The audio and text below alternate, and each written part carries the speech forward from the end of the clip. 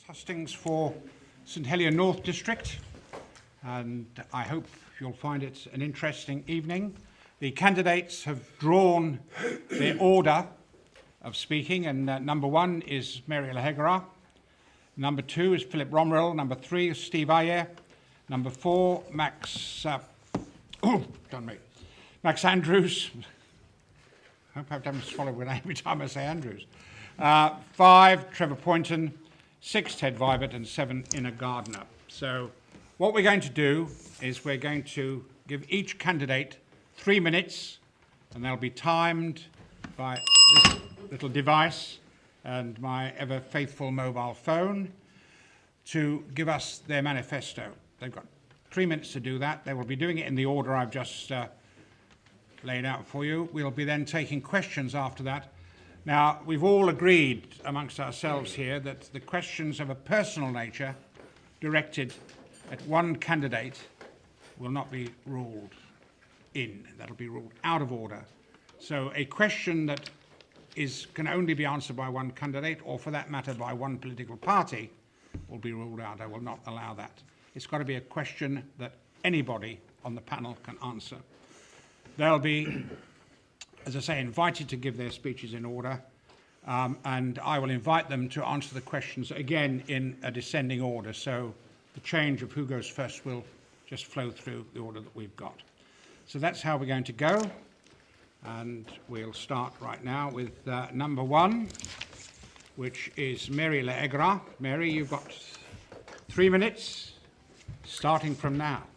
Good evening, ladies and gentlemen, and welcome to First House School. I'm an independent candidate for your district, St Helier North, and I've represented you for the last 4 years when it was District 3 and 4. My focus remains to serve the parish and the island in a positive and constructive manner, concentrating on delivering results for residents. I believe in equality of treatment and opportunity and importance of diverse perspectives for a strong government. Passionate about protection of green spaces and agricultural land, I was delighted that I and local residents were successful in saving the fields at La Grande Route de Montalabé, which were used and are used by an organic mill producer, and the green field at La Pucalay, ensuring that residents still have green space around them. As chair of the Health and Social Security Scrutiny Panel, a review of mental health services was completed in 2019. Our recommendations accepted, however, obviously due to the pandemic work is still to be done in relation to those recommendations, and we did a follow-up in 2022. The upgrade of facilities at Orchard House was welcomed, and the panel continued to pursue work at Clinic Pennell. The panel made an amendment to the government plan which increased the budget by £500,000 for mental health, and of course numbers have significantly increased over the last number of years since the pandemic, in particular with young people. So I think that money should be well spent. Supportive of the financial services and promoting diversification across all sectors such as retail, farming, construction and tourism, it is essential to ensure that dependence is spread, providing wider employment opportunities and revenue income for all of our residents. I do not support high borrowing and burden created for future generations. Advocate for a full assessment of the island's skills gap, support and encourage on-island upskilling, maximising development and utilisation of our local resources, seeking off-island recruitment only when strictly necessary. Utilisation of brownfield sites when creating developments and utilising empty properties, investigating obstacles, preventing their creation as suitable homes is a must moving forward. It is essential to have a genuine transparency across states, departments and government in order that everyone can see where money is spent and lines of accountability are clear. 30 seconds. Firm control of public expenditure focused on customer service with lean structures. I'm born in Jersey to a farming family, educated at Les Canaves and Les Lons schools. I've lived in the island all my life with short secondments overseas. Married to David with a 15-year-old daughter, Natalie. I'm a member of the Association of Accounting Technicians and hold an LLB in law. Well done, Mary. Thank you. 3 minutes. Number 2, Philip Romeril, please. Yes. Come over here, please. Sorry? Oh, yes, there you go. Yeah, sorry. Right, good evening everyone, and thank you for giving your time to come along to our hustings tonight. I, as you may guess by my surname, is Jersey born and have lived in Jersey for most of my life. I moved down to the First Tower area late last year, and so decided to stand for election in my own district. My history and background career-wise is healthcare and well-being. I ran a pharmacy chain which started off with DeFay's Chemist and David Place. I helped set up a GP practice, and I'm very honoured to be the current chairman of Family Nursing and Home Care. I also run a social enterprise called Call and Check, which acts to deal with isolation and loneliness in our community. If elected, it will be my intention to take up a role within the health team and department. There are many other pressing issues that affect our island at this time, and I'm sure we're going to have lots of questions about all of them tonight. The question I have, and one of the reasons why I decided to run, is about the ability of our government to deliver the solutions needed to address some of these problems. Now, everyone who's sitting at this table and the other candidates around the island, I think, need to be applauded. It is a brave thing to do to stand for election, and I fully believe that we all do so with the best intention to deliver a great solution for the island. I just feel that sometimes government function just gets in the way. From a point of view of single candidates, we have a history of independent candidacy and people putting forward manifestos. Some of the items that are put forward are deliverable and indeed are delivered. The problem I see is that the greatest impact, the items that cause the greatest impact on our island, are not deliverable by a single candidate. And we've consistently seen over the last few years, when the hard questions are asked and the difficult decisions need to be made, that time and time again the coalitions formed within our states split, and that leads to indecisiveness, delay and increased cost to the taxpayer. So to address that, the solution I came up when I stood was to run with a party. The Alliance Party is a broad-based team of people drawing from skills from business, from the charity sector and from existing political backgrounds.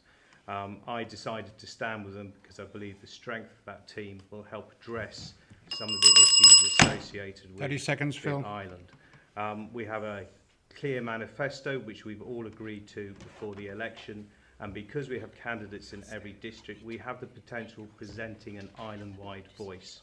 We can deliver our manifesto if elected, and you, for the first time, can truly hold us to account as an island-wide party. If elected, I will work to deliver a high-quality, accessible and affordable healthcare system for everyone on the island and help my alliance candidates deliver. That's it, Phil. Their Thanks very much. manifesto pledges. Thank you. Now, Steve Ahier, please. Now, I know where you are.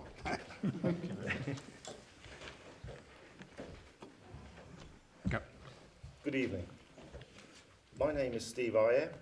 In 2018, I was elected as Deputy of St Helier District 3 and 4, and I am now seeking re-election in the newly constituted district of St Helier North. I am a retired businessman who has lived in our district for the past 34 years. During my time in the Chamber, I am proud to have secured housing for people with disabilities, as well as statutory bereavement leave for parents who have suffered the loss of a child. I have sought to use my vote in the Assembly wisely, and I have taken this aspect of my role extremely seriously. I am the only member to have voted on every proposition during the last 4 years. If I am re-elected, I intend to lodge a proposition to bring a utilities benefit card for senior citizens. My plan is to use the precedent of the Spend Local card that was brought out during the pandemic to mitigate rising energy costs. The next Assembly must do all it can to bring down the cost of living. Our housing stock is also under significant strain. To remedy this, I would support an increase in stamp duty for buy-to-let investment properties and second homes. The 2021 census revealed that there were more than 4,000 empty properties on the island. We need to work towards returning these homes to full occupancy. by encouraging their owners to sell them or to develop them. We must also implement the long-awaited population policy, which is vital if our young people are ever going to get onto the property ladder. I am of the belief that St Helier deserves a new primary school. It is essential that we have suitable, modern education facilities for our children. We must also ensure that our schools have adequate resources, including funding for additional needs support staff. Our education system has been underfunded for many years, and the budgets of other departments will have to be adjusted to correct this. Lastly, the number of 2-1Es arriving each year has increased substantially, and it is time that the Assembly considers whether their contribution is deserving of the beneficial tax treatment 30 seconds. that they deserve. I hope that you will all turn out to vote on the 22nd of June. Together, we can make our new electoral system a resounding success. Let us work together to ensure that that is the case. Please vote Ahier for Deputy. Thank you. Thank you, Steve. And number 4, Max Andrews, please. Good evening, everybody. Now, I was actually a student at this school many years ago. That's how I also went to Romeril Secondary School as well. My experience has been working in Jersey's financial service industry and also Jersey's health and fitness industry too. Now, for my reason standing as an independent candidate, I've been very concerned about the future of our island, especially the last 2 years in response to the pandemic. Also, I'm starting to question as well the poor level of governance. Essentially, we need to be abiding to our constitution, the rules and conditions within our constitution, and that has not been the case. And I do believe we do need to see new blood. It's important that we have people who come into politics with a vision, and also we need to see people actually be able to come into politics and actually address the executive branch of government. That's expanded by over 1,000 more civil servants. That has to be a priority. It's really important that we understand the mechanics of government are of the essence. Secondly, I want to focus on the economy. We need to focus on a strong, robust economy. Essentially, we need to look at green investment solutions as well. A new economy is where we are embracing technology, and we are not really embracing technology. Digital Jersey have done what they can, but we need to do more. It's vital. And also, I do believe in a living wage. All workers should be able to live as financially independent from the state. Also with housing, that's probably our biggest issue this term. We need to support people in becoming homeowners. And actually I've articulated in my manifesto, I've been quite explicit in the detail, I'll be looking to actually try and ring fence stamp duty payments where market values exceed 2.5 million, to provide shared equity loans for first-time buyers. It's actually proving where the money's coming from. Now I do know as an independent it will be a struggle, but it's important we have people who are in there and who are trying in the State Assembly. Also as well, we have seen with stamp duty surcharges, it's important 3% minimum is required. We need to be constraining demand. We have seen demand pull inflation. House prices are going up. Also in rental terms as well, many people are living on the poverty line. It's not good enough. We are in the 21st century, and I have to say I've been very disappointed with this government. And it is time to see change. But also with our education system, we need to be fully investing our time in tertiary-based education. We need to actually see that digital skills is vital for everybody.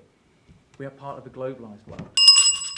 And 30 seconds, Max. absolutely essential that our children have the skills to move forward and to actually integrate themselves into our domestic labour market. We also need to reduce our external recruitment as well. We are continually employing more and more people externally, and there's no need when we've got the local expertise here. Done. Fine, thank you. Thanks very much. Right, number 5, Trevor Pointen, please. Trevor. Thank you. Hello, I'm Trevor Pointen. I'm standing on behalf of the Reform Party. There was a mention earlier that this 3-minute speech would be about our manifesto.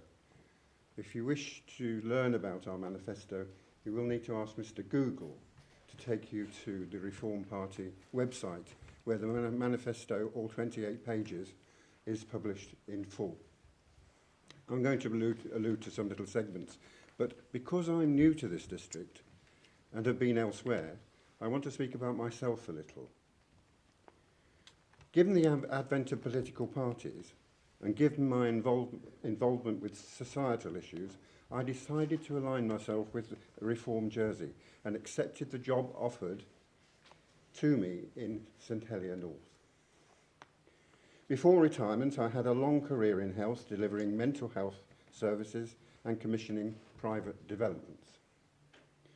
When I moved to Jersey over 30 years ago to marry Jane, my wife, I continued this work before returning to clinical practice at the General Hospital in 1999. During this period, I had been commissioned into the Army Medical Services Reserve and deployed to Iraq in 2004. On my return, I was elected Centeneer in St John, an office I held until elected Deputy in 2018. In the States, I worked on the Health and Social Security and Education and Home Affairs scrutiny panels. Latterly, I became Assistant Health Minister and Assistant Children's Minister, both with responsibility for mental health. Enough about the history, but what about the future, and especially the future for St Helier North and the island of Jersey. The current political lineup suggests that if we're not careful, we'll be heading for a period of hard politics. What do I mean by that? Well, there is a danger that we dumb down on spending, deepening the current recession. We ignore the need to invest in regeneration at our peril, investing in regeneration being an absolute necessity if we are to emerge from the current economic doldrums. Our community is experiencing inflationary pressures that are preventing individuals and families meeting their needs. Inflation is due to reach 6% by the end of this year. The housing crisis is a real crisis, and I have personal experience of my daughter leaving the island because she could not afford to buy a property. She had a good job in finance, raised 2 children in this island, but has left the island because it is the only way Thank you, she can Trevor. afford to live. Thanks very much indeed. Thank you. And now number 6, Ted Vibert, please. Good evening, everyone, and thank you for coming. Now, I think we all know that Jersey is facing some very serious problems. We've actually survived the pandemic brilliantly, and everyone who was involved in that has done extremely well. But there are things happening in the world that we all know about that's affecting our way of life, it's affecting our cost of living, the price of our food, the price of our fuel. And we have to try and solve these kind of problems that's bringing to us. To do it is going to require a lot of ability, a lot of talent, and a lot of skill. Now, a single person in the state, and I speak from experience as a former deputy and senator, on his own, trying to get things done that he wants to do on behalf of his public, hits a brick wall every time he stands up and makes a speech. Imagine the situation. You have to convince, it'll be 47 now, I think, people within the States that you are right in what you want to do. So when I came away from the States, I took the view that I really hadn't achieved very much in about 5 years of hard work in there, because I think I only ever got one proposition succeeded.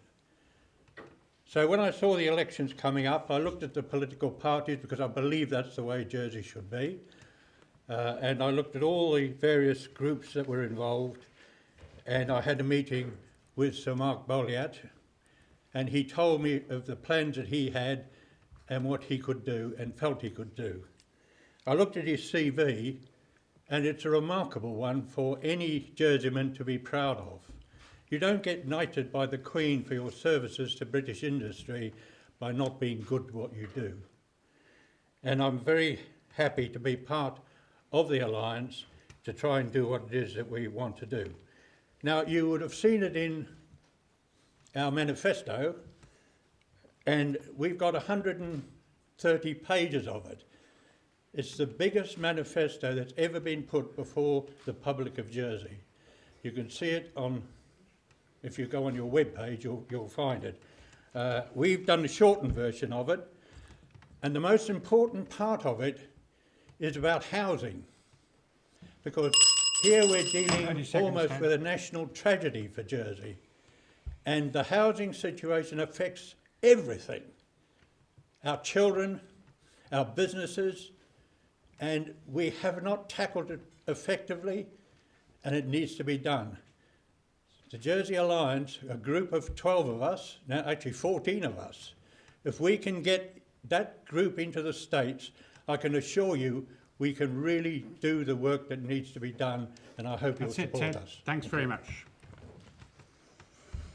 Right, and the last one now, Inna Gardner, please. It's nice to be the last one. Good evening, everyone, and thank you for coming tonight. I'm Inna Gardner. I care about our community in Jersey, and I was honored to serve as your deputy for the last 3 years. Listening to the community, to my constituency, was the highest priority whilst dealing with the issues arising from the Brexit and the pandemic. My goal is to create a fairer society, finding ways to include everyone in our united community is actually the heart of my work. My priorities are to find a balanced way to make sure that we have support, enough support for our healthy, well-being community. At the same time, make sure that we have thriving economy and eco-friendly environment, to have this balance and ecosystem. Specifically for St Helier, I worked and I achieved some, but there is still a long way to go to get a fair deal for St Helier ratepayers, to ensure that we have balanced development in town and no more development on the greenfields, to make sure that the primary school infrastructure will be delivered and we have enough funding for primary schools in St Helier, and also pedestrian safety always been raised. I was going and knocking on the doors, and it doesn't matter in which part of North St Helier. We need to work also strategically to stabilize and reduce the cost of living. It was mentioned several times. We must find a way the Jersey family will not feel that they need to leave Jersey to afford good life elsewhere. We need to provide decent life here in Jersey and to keep Jersey family in. Today, I'm asking for your trust and your vote. As an independent member of the States and also as the chair of the Public Accounts Committee, I challenged the government, I asked the questions, I brought forward propositions and amendments, and I won some of them, not all, but I won pretty good amount, I think. And for me, it was also important to ensure that the health, education, and pensions are properly funded. We need to work together. We need to bring collaboration between government, charities, business sector, and residents of Jersey to create a stable Jersey in the future. I delivered stuff that's promised in my manifesto. You can depend on me on the future. If re-elected, I will be a strong, independent voice for you and for St Helier. Thank you for your questions today. Thank you, Inna. Thank you very much. Before we start, excuse me, did you want to sit? Because there's some seats at the front if you wanted. And there's a couple over there as well. Right, ladies and gentlemen, this is now your opportunity to put to the candidates your questions. Now, when the candidates met and agreed the format for this meeting, they agreed that each candidate would be given 1 minute and 30 seconds, hence the bell, to answer your questions. So bear that in mind, please, and I'm going to ask them to answer the questions in initially exactly the same order, and then I'm going to slip it by one, so it's never the same person coming up as number one, number two, etc. So, could I have, please, from the floor, Yes, please. Can I ask a question? by all means? Thank you. My Lord, ladies and gentlemen, unaccustomed as I am, I didn't realise that E12 is now 11K. There we go. I'd like to ask the panel a question, bearing in mind that the carbon monoxide concept of Jersey contributing to the world's misery is 0.0002.4%.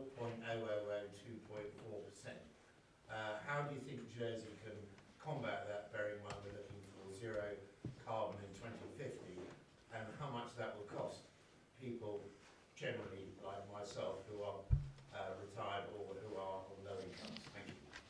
Mary, your chance. I think as a small island, I fully accept that, we're not going to be able to make huge changes. However, I do feel that we need to do all that we can to do the best that we can. So if we're able to walk and cycle instead of using a car or use a bus instead, then that's what we should do. We should look at our homes to see whether we are able to do anything to sort of prevent the heating going out of the roof, etc. So I think there's lots of little things that we can do as an island, as also as individuals. For me, I think that in relation to the sort of worldwide pollution type scenario, I think that we can do more about growing and buying food locally. So I think we need to look at diversification in relation to that, because I think we don't do enough and I think we rely on too much. So I think we need to invest in those industries as well.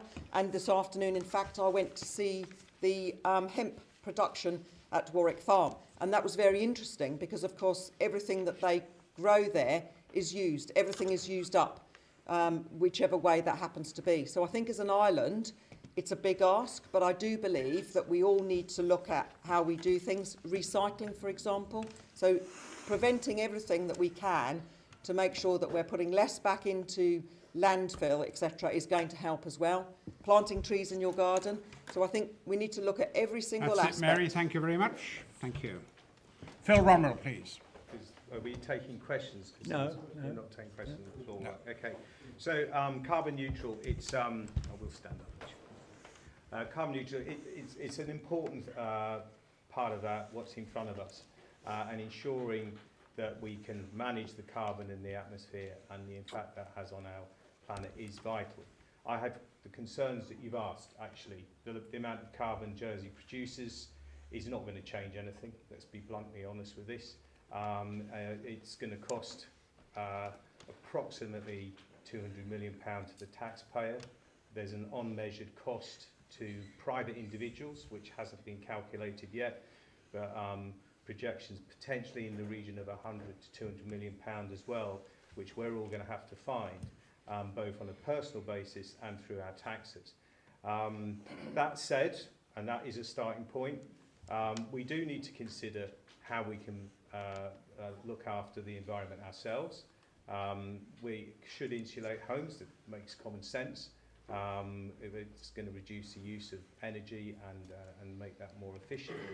We should be more active in the way we travel. So, obviously you picked up from my opening words, I'm from a healthcare background, and looking to get people moving and active is important. And that has the benefit as it reduces our carbon footprint. So there are lots of things that we can do as individuals. Thank you, Phil. Thanks very much. Thank you. Steve, your 90 seconds starts now. Thank you. Yes, the question is what effect will it have, and obviously it will be very minimal, but that doesn't mean that we mustn't do it, because obviously it will be beneficial to all our house, and it will save, well, eventually it will save the planet.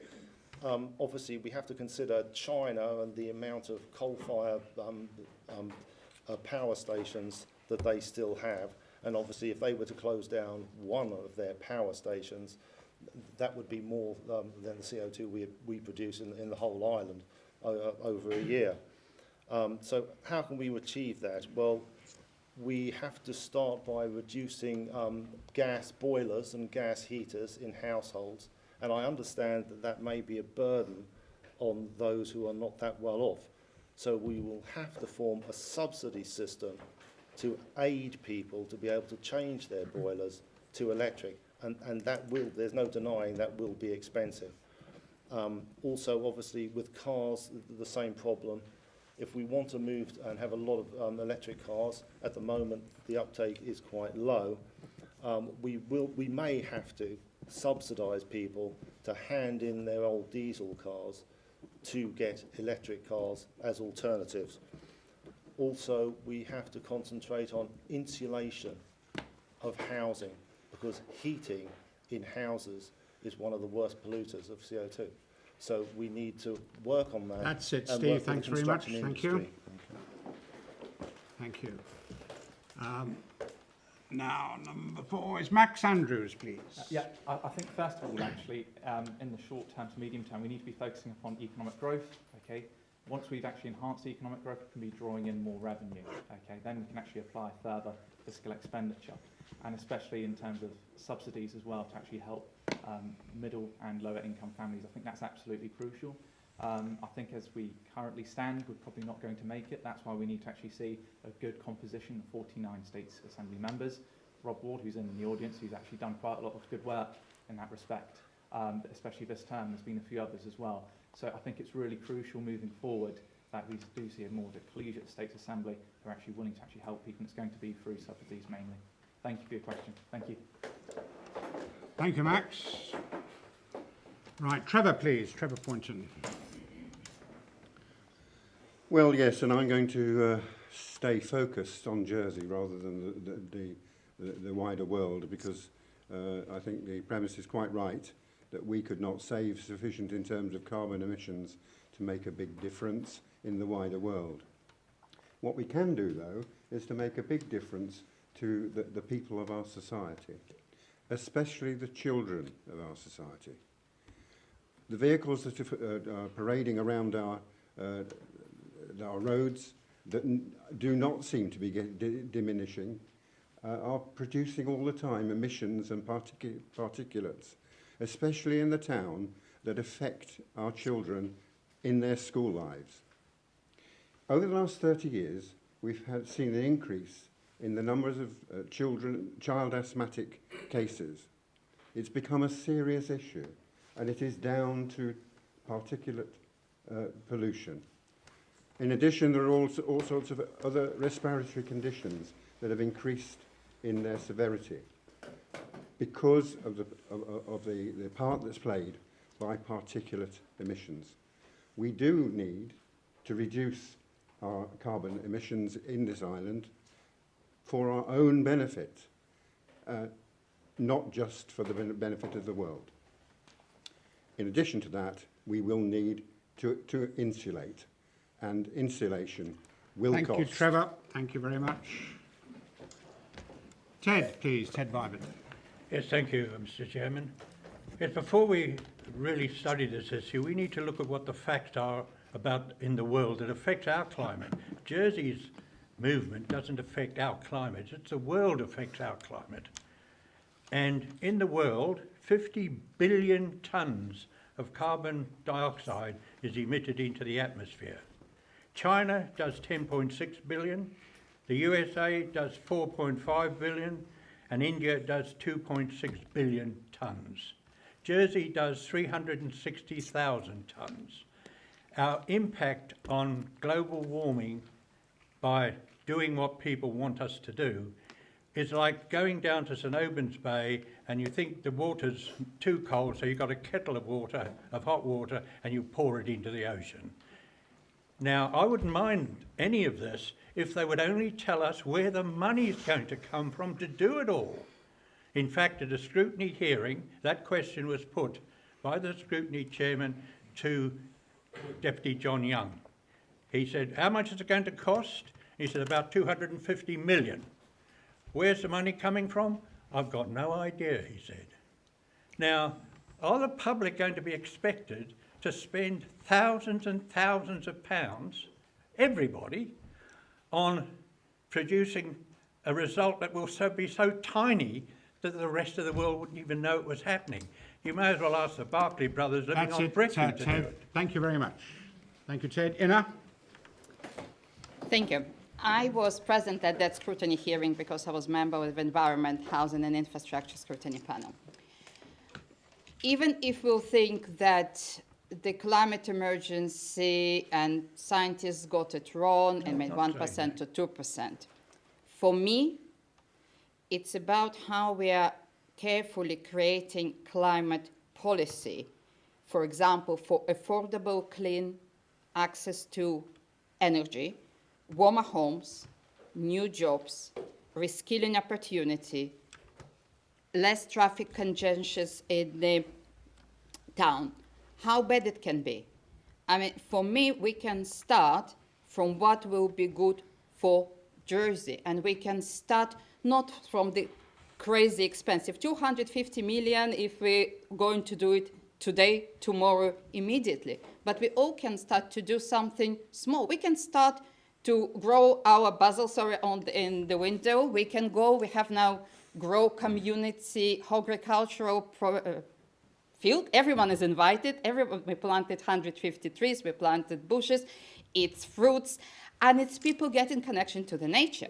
We can think about a circular economy, how we're reusing, how we're refurbishing, how we're bringing stuff back to the nature. There are lots of things that can be done, and this is where I told I would like the government doing their bits, the businesses doing their bits, and all of us doing our bits. Thank you very much indeed. Thank you. Right, thank you, candidates. Another question, please, from the floor. Gentleman there. In view of the fact that Jersey is reputedly to be the sunniest place in the island, wouldn't it be policy for the states to allow subsidies or grants to have more solar panels, so that they could actually contribute to the grid that we've got? A lot of countries have actually gone down that road, a lot of places. I've heard places up the north of England who have solar panels. If we could have had something like that, that could reduce the amount of we have to rely on France for our electricity. If that goes down, we have to get the generators going. Question, please. Okay, I think, we've got your point. Thank you. Yeah, right. Phil Romeril, please. And I'm at this end of the table. Right, thank you for your question. I totally agree. The opportunity in Jersey to develop non-carbon but electric power sources there's varied ones actually. The sun is the obvious one, and we're coming into our summer, so I'm sure we're all going to enjoy it. Providing a subsidy for people to do that's fine, and I would see that's a reasonable course of action.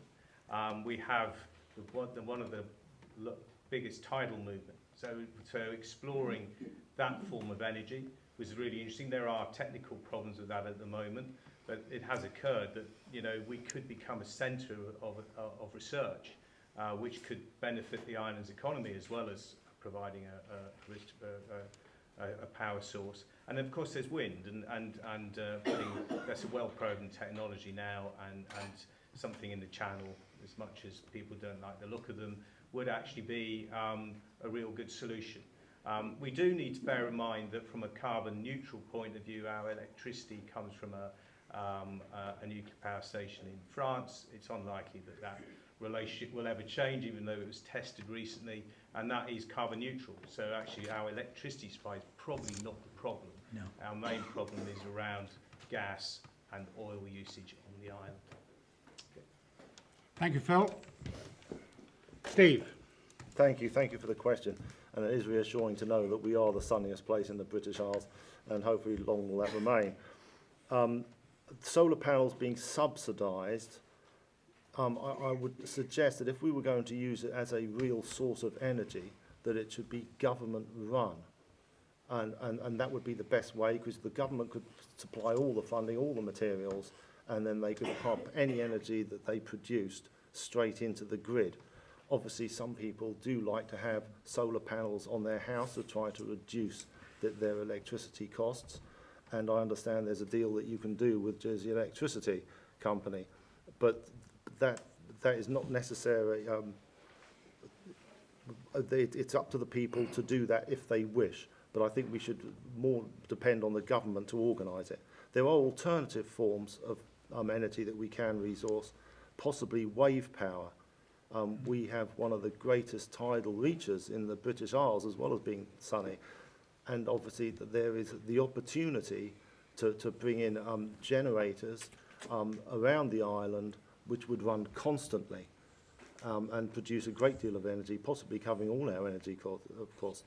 And also, of course, you've got wind power off the north coast. There's always the possibility of having wind power.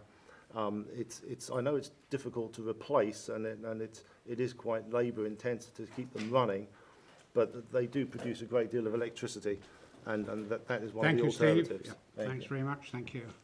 Max, please. Well, certainly at this current moment in time, in terms of when you're looking at our revenue versus our expenditure, there's not really much room in terms of to manoeuvre. So I think, when you're looking at the medium term, absolutely there's an opportunity that the government could be providing subsidies and trying to help people. It's really important that, with many people in Jersey, they are struggling, and this is where the government have got to essentially look at how we can best implement programmes to assist people.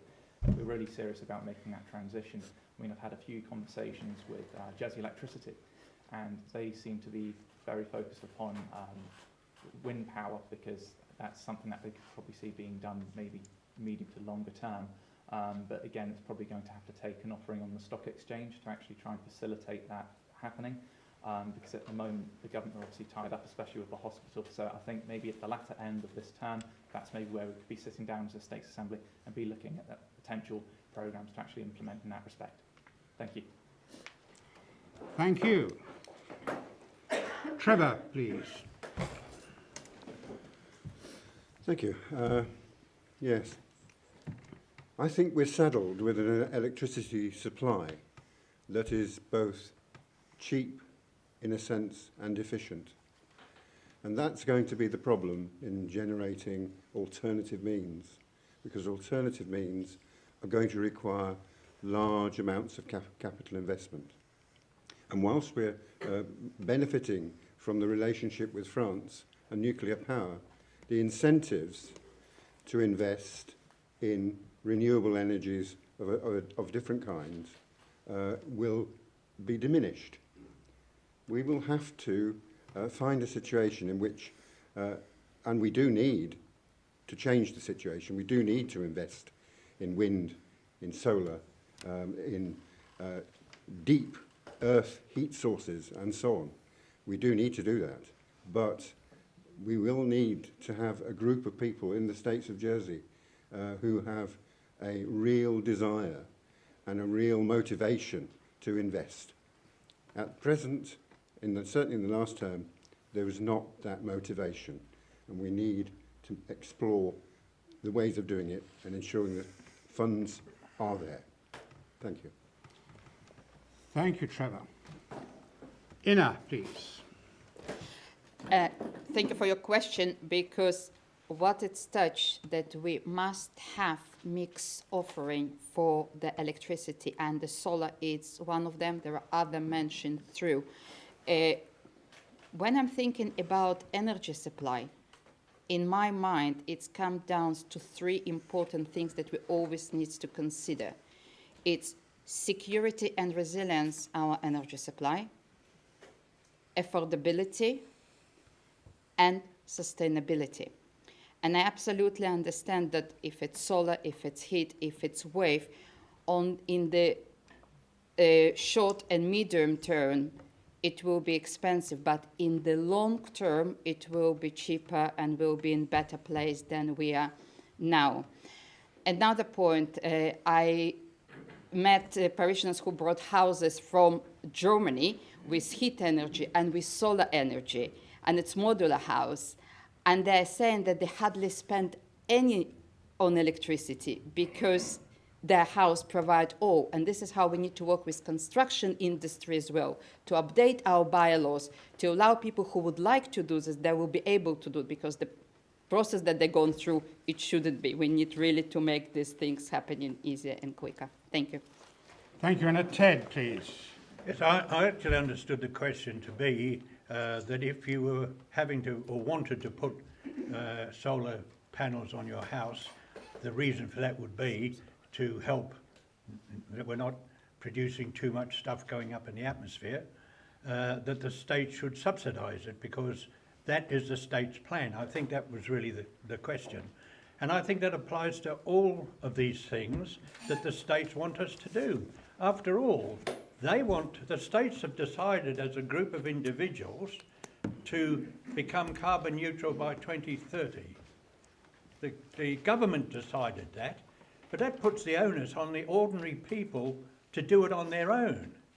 Now, there's been no effort made to communicate to the public of what they're going to do to enable us to do that. There's electric bikes, there's electric cars, there's solar panels, there's heating. All of that is going to cost a huge amount of money, and we haven't had one word from the government as to who's going to pay for it. Thank you, Ted. Mary.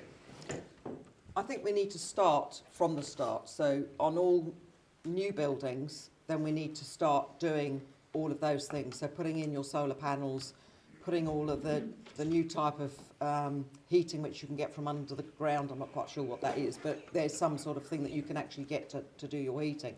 In relation to solar panels and grants, I think it's something that can certainly be looked at. However, what I wouldn't like to see is I wouldn't like to see our green fields used necessarily for large numbers of solar panels like they are in other places, because from our perspective, we've got very little green space. However, from the point of view of putting them on the roofs potentially, yes, that's an option.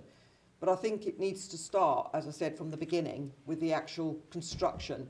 And so we start from there, and maybe that's where, you know, the finance, there could be some form of assistance so that people started at that point. But certainly all states-owned properties and those that, you know, are owned by the state, then they should be, that should be a consideration from the outset. But moving forward, I think it's a possibility. Thank you, Mary. And the next question, please. That gentleman over there was at the same time as that gentleman, so you, sir. How are we going to pay for all this? There's been no indication yet of what revenue is going to come in. So far, we've got a hospital to pay for, which is virtually going to bankrupt the island. How, by way of a loan, how is this going to all be paid for? How are the panel going to look at finding ways to bring in revenue to Jersey, whether it be from perhaps measures that people don't like, i.e. have a casino, legalise cannabis, something like that, which has been shown in the US as being a very good way to generate income. Fine, thank you. Okay, I think we've got your point. Steve, how are we going to pay for all this? Thank you. Well, the hospital costs, obviously the loans for the hospital have not yet been secured, but that's going to be roughly £759 million of loan. But they are going to be over a period of 40 years. Now, we have been advised by the Treasury Minister and indeed the Chief Minister that the money that is borrowed will actually earn more than will be required to pay it back. Now, whether this is going to prove to be true, of course, I'll leave you all to work it out. But that is the advice that we have received about the hospital cost. As to the prospect of a casino, I might be in favour of that, and possibly not. But it was looked into about 10 years ago, and it was deemed to be not to be able to be profitable enough to actually start up, because there was a suggestion that they might have one at Fort Regent, but that was very unpopular in the survey which they did about what Fort Regent should be. The other one, of course, is cannabis, as you've mentioned. There is a possibility of a large revenue stream through cannabis, but we are already making, obviously, producing cannabis oils. And thus far, although there is a lot of, should we say, damage to the countryside, we have not really seen the revenue benefits that we were expecting to see. And it may be a number of years before we do see those benefits. Thank you. Thank you, Steve. Max, please. Yes, I think at the end of the day we need to be reappraising the government's fiscal expenditure across the board. I think you're quite right in terms of actually looking at how it's actually all going to be facilitated and funded. Now, when you're looking at, say, one single year, you're probably looking at, again, a marginal amount of expenditure being required in terms of the objectives that we're looking to achieve. So it needs to be timely, and we need to also ensure that actually it's well structured as well. I think that's probably been something that's maybe been missing. I mean, when I've been looking at the documentation, if you looked at one piece of documentation, it's actually very conflated compared to the next. You know, one piece of documentation is telling me it's up to the individual to be making the change, and then the second one is telling me about it's a collective effort in order to actually make the change and nobody's left behind. And, you know, this is our government. Essentially, that's conflating this information. It's the civil servants.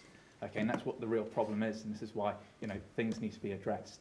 But again, it needs to be done in a timely manner as well, because again, our environment is very important, and we need to also make sure that we are very stringent with change as well. Thank you. Thank you, Max. Trevor, please.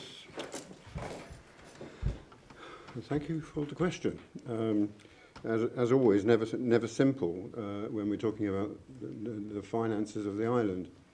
But over the last 4 years, the government have introduced a system in which the finances of the island are very well scrutinised in terms of what is going to be spent on what.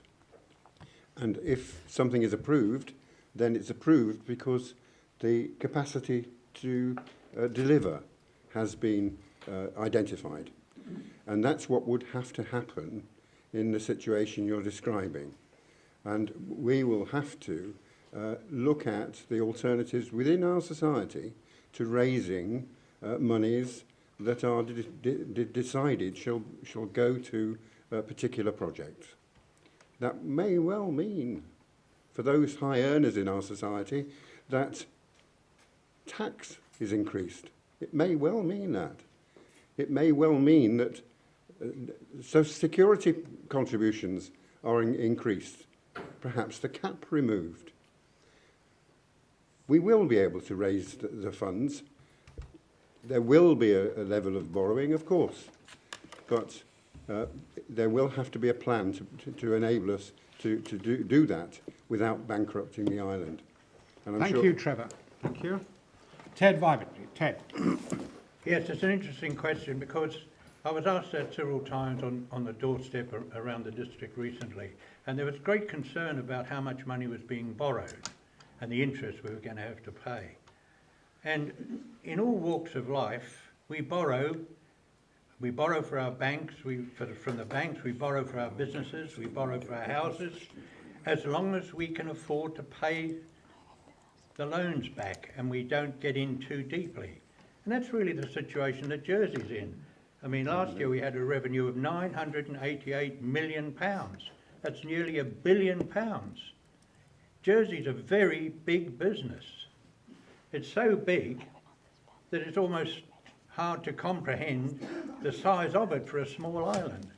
So, as Trevor has just stated, we have our various accountants and various organisations of high quality finance people who vet the various ambitions of the states of Jersey, and they're quite happy with the borrowing that's taking place.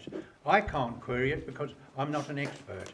I can only use my common sense and say, if these experts, and we're not talking about one or two, we're talking about a whole panel of them who really know this business, are happy with it, I'm happy with it. Thank you, Ted. Ina. It's an interesting point about experts, because one of the most difficult losses of the proposition that Future Hospital panel brought is to restrict spending on the hospital to 550. We lost by only 3 votes. And we brought this proposition when we were consulted with scrutiny experts, and scrutiny experts definitely confirmed, and it's in writing, you can see the report from the scrutiny, that is dangerous to continue with this level of borrowing. So as a chair of the Public Accounts Committee, I asked the same question as yourself. Where the money coming from? I'm really worried about 1.7 billion borrowing that government has put us on the route to. We didn't borrow everything. It's still way to improvement. Now, for me, it's about value for money, and it's about how we prioritize things. I'm not sure if residents are aware that last time we underspent almost 200 million from the allocated budget that we voted. So the government said we didn't spend all this money that we voted. You can see in the reports. But they didn't spend this money not because we don't have where to spend. We have needs in education, we have needs in health, but it hasn't been spent because the priorities were not put right, because the staff was not available. So it's really Thank important you, Inna. to... Thank you. On that note, thank you. Mary.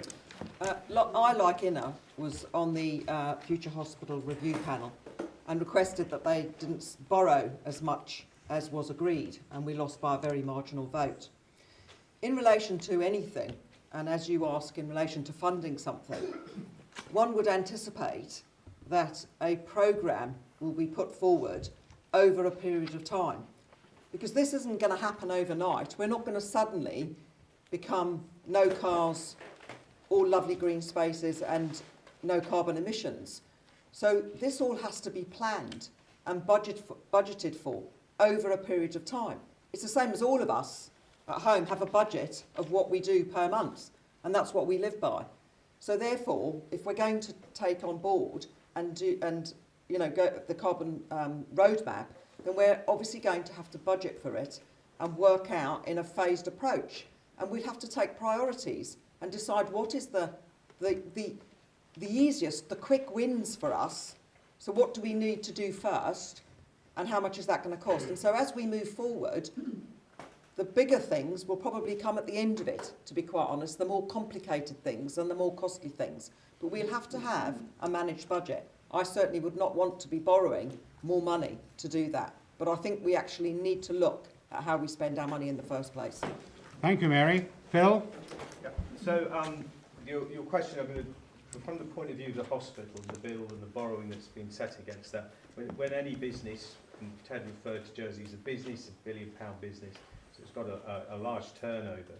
When you're doing large capital projects like a hospital, it's quite common to borrow the money, secure it against other investments you've got, and this is what effectively has been happened against the rainy day fund. So rather than us taking a big chunk of money out of our reserves, which would then stretch us for other areas to do, we secure the money on the markets through bonds, and then there we will be paying back, I believe it's 2.5%. Currently our investment pot is earning around 5 to 6%, so that's where I think the comment about growth in the pot comes. The growth that would then happen over the next 40 years would then cover the capital that was borrowed in the first place. That kind of model is assessed on the marketplace. People do not lend money of any level, as we know from our own mortgages, unless they're confident that we can be paid, that they will get paid back.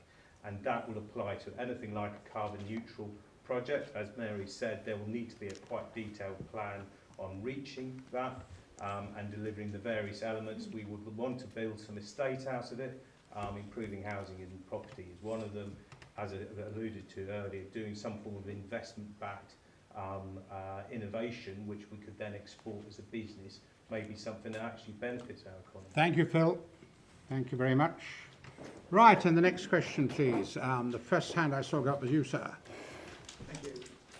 We have an employment crisis in the island, not just in hospitality and agriculture, but across a range of industries. What policies would the candidates like to introduce to enable the people we invite into the island to work, to afford to pay their rent?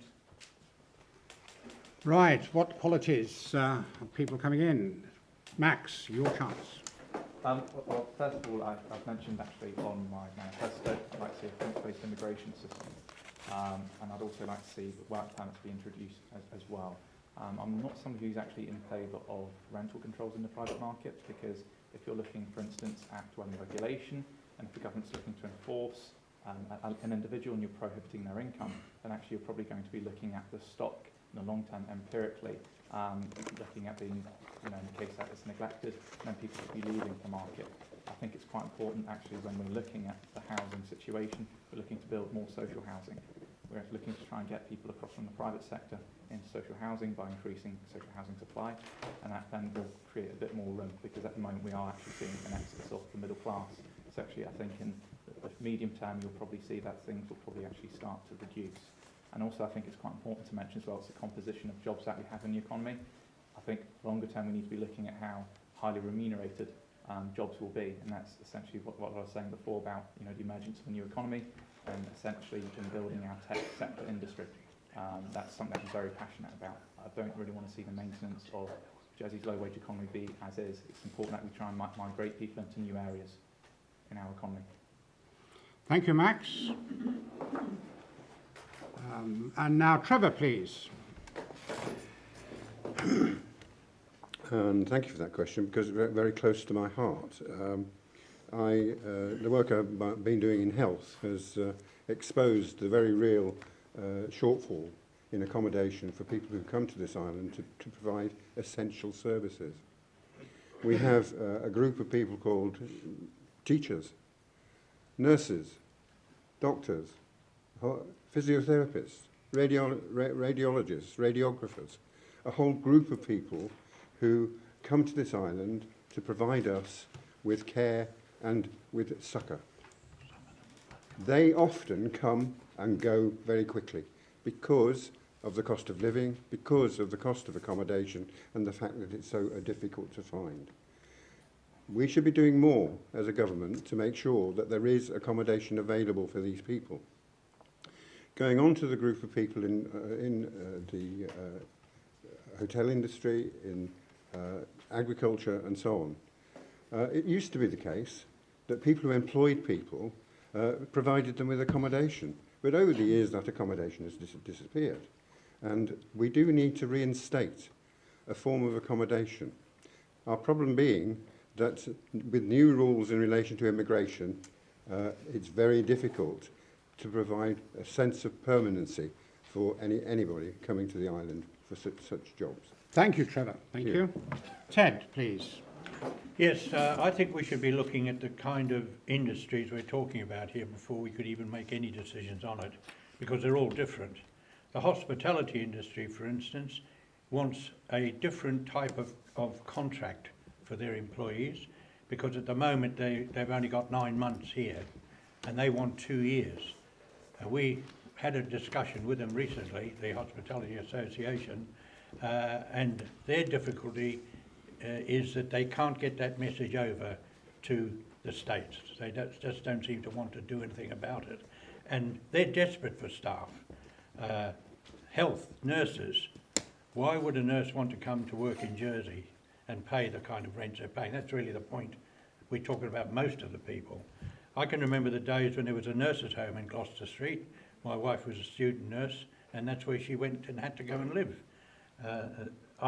We've got Westaway Court that's been derelict for nearly 5 years. Nothing's been done about it, and that's a perfect place. I know they're doing the limes, and that's going to be apparently accommodation for medical specialists, but that's the sort of thing that's got to be done. But I come back to this thing again. It's going to cost money, and that's what the states are going to have to grapple with. If we don't do it, our industries are going to collapse, because they're desperate. People don't realise, I think, how desperate they are for it. Thank you. Thank you, Ted. Ina, please. Thank you. I'll try to draw a map that I have in my head, because it's, I would like to see more strategic vision. Now we need nurses, we need teachers, we need people in hospitality, we need people in agriculture. It's now, maybe in a year, maybe in 2. But my question, what we will need in 10 years, and we need to start to plan and understand this. So on global level, I had a question for the hospitality, and have nice conversation, very interesting one. I said, how many chefs all hospitality industry needs in the next 2, 3, 4 years before we'll train our local ones? We don't know. So if tomorrow we'll decide to do this, if tomorrow we need to work together with industry to assess, to make an assessment, what skills we need, how many, where the future, because we know that some jobs will go into the automation. Now, I would divide this strategic vision into 3 parts. Key workers accommodation is essential now to make sure that we have nurses and teachers coming and living here, and this is something that government should take lead on. Second, it's look to the productivity, and with modern technology, with modern ways of working, we might need less people and we can pay more money for less people. Employment for going right with the productivity. And the third one is to plan to the future and make sure that our local talent is developed, trained when they're coming back from the University Thank you, of Anna. Data. Thank you. Mary, please. Thank you. As I've already said, I think one of the priorities we need to do is actually look at the skills gap we have and see what we can do. And I'm sure that there are ways and means in relation to Highlands College to be able to do a lot more of the courses for some of the industries that we actually seem to lack. And I'm fully aware that obviously they've reintroduced locally qualifying nurses, which we always did in the past. So basically that we're not actually continually having to bring people in. In relation to the accommodation, I think it's quite evident that the state itself owns a significant amount of property which is becoming more and more derelict as days passed. And so that needs to be done as a matter of priority so that that accommodation is utilised for people that are coming into the island, particularly for those for critical jobs. There was another thing that I mentioned to the hotel industry, and what I gather is that they lost their accommodation from the point of view that they used to use lodging houses. But of course they were quite costly, and with the fact of them having to be continually upgraded, they were sold off. So now they're in a position where they don't actually have accommodation. And I actually said to them that I know I'm going back a long time, but certainly people used to actually have those essentials people living in their homes. And there's lots of people who have probably a spare room and actually may welcome somebody being able to help them pay for the winter fuel, etc. And apparently they are doing that. But Thank you, Mary. That's it. Thank you. Yeah. Okay, Phil, so, please. Thank you for your question, and I'm going to address a little bit like Ina did actually. To me, this is a medium and short-term issue. Short-term, we're going to need to address recruitment and the crisis that the industries such as hospitality, and my experience obviously is with healthcare and the care agencies and nursing. We need to support these people. We need to support these organisations because these two industries particularly, in my experience, are critical to our economy in the case of hospitality and care in basically looking after us. So some support in the living costs, etc. That's something we need to do. The second is, Mary picked it up, Highlands College, training, grow our own. It's a phrase that's used quite often. And I feel that the Highlands College facility provides us with a huge opportunity to create really interesting career paths which will excite people and draw people in. And we need these industries to actually engage from primary school age upwards to actually encourage young people to think of these as career paths. And so that's really where the medium-term solution comes to. We grow our own rather than importing people. Thank you, Phil. Steve. Thank you. And the question originally was around agriculture. And obviously in agriculture, they struggle with any rise in minimum wage. But the thing with most of the big agricultural industries is they have their own accommodation. And so all the wages that the people receive, they can take that wage home, as it were. And there was also there was a case where the Jersey Potato Company actually purchased a hotel to accommodate their workers. And obviously with the bigger businesses, that is a way they can get around it. And also hoteliers as well.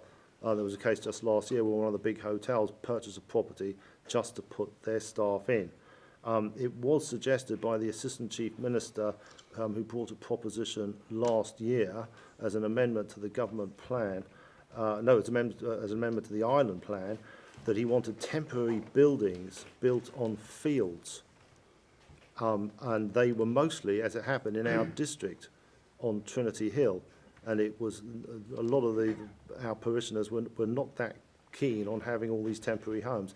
And as we all know, once you put temporary homes up, they generally end up being permanent. So unfortunately, that was not a way forward. Thank you. Thank you, Steve. Right, and the next question, please. The lady at the right at the back, your hand up for the previous one. Thank you. I'm surprised that we didn't hear in your original 3 minutes no reference to the hospital, which of course is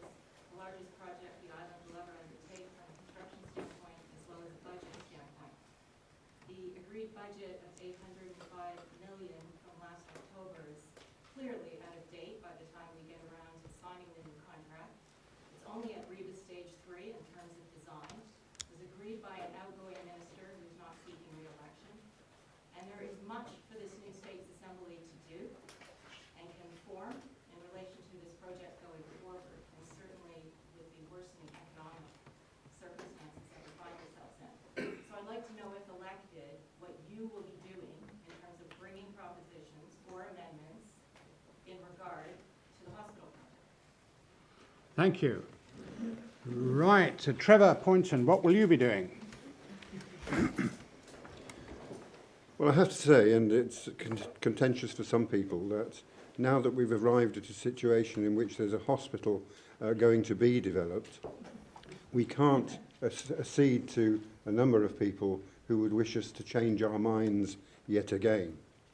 The reason I say that is because changing our minds again would incur costs of millions in addition to the costs or the millions we've already spent. And the reason I say that is because it wouldn't mean going back to the planning board. It would mean going, if Overdale is not suitable, it would mean going to find another site, of which there are precious few in this island, I have to say. I'm not saying that Overdale is the most suitable site. It is a site that has been identified and for which planning permission has been obtained. To address the direct nature of the question, what would I do? I would want the government to be looking very closely at the costs they're incurring. I would want them to be reviewing very in depth their proposition for the hospital and the add-ons that are going onto the hospital, because of course the costs are not all the hospital. The hospital is in the region of £350 million as a hospital. The rest is add-on. Thank you. Thank you, Trevor. Thank you. Ted, please. I don't think anybody fought harder against putting the hospital at the top of the hill than I did. I went to the public hearing for 5 days. I made a submission every day, pointing out what I thought was wrong about the whole project. The fact of the matter is, we've done as far as we can go in terms of the legalities of the hospital itself, because it can't be challenged. There's no appeal.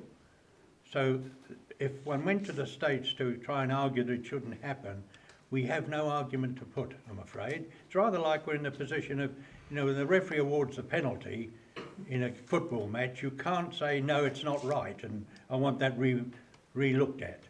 So that's a position. But there is one important aspect that I'm going to deal with, and I'll give you this guarantee, which is the road that leads up from Westmount Road to the hospital. That is not necessary. The Roads Committee have put in a report at least 3 times saying that could be one way, it could be so many different things. Now, how can we change what's happened? Well, the first thing is the road belongs to the parish, and the parish have to transfer it to the States, and they have to get the consent of the parish assembly to do it. And I don't believe the parish assembly will do it, quite frankly, and I'll certainly be there trying to make sure they don't. Now, the next move will be they'll go. Oh, right. The next move is me asking Inna. Okay, I think that I'll continue. My views on the hospital at Romeril were well known.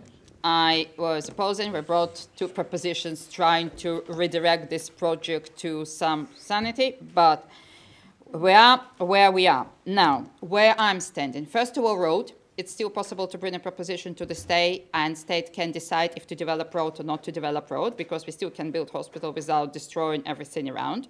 Second, I put 2 amendments into the bridging island plan around hospital. One, which is protecting privacy of the residents of the area, and second, they have to create a proper traffic plan, and it has been accepted, my amendment. So they cannot just develop Westmount Road and forget about Tower Road or St John's Road. We cannot develop one road and not thinking how the access from other sides will be. It's the second. And the most important, another one.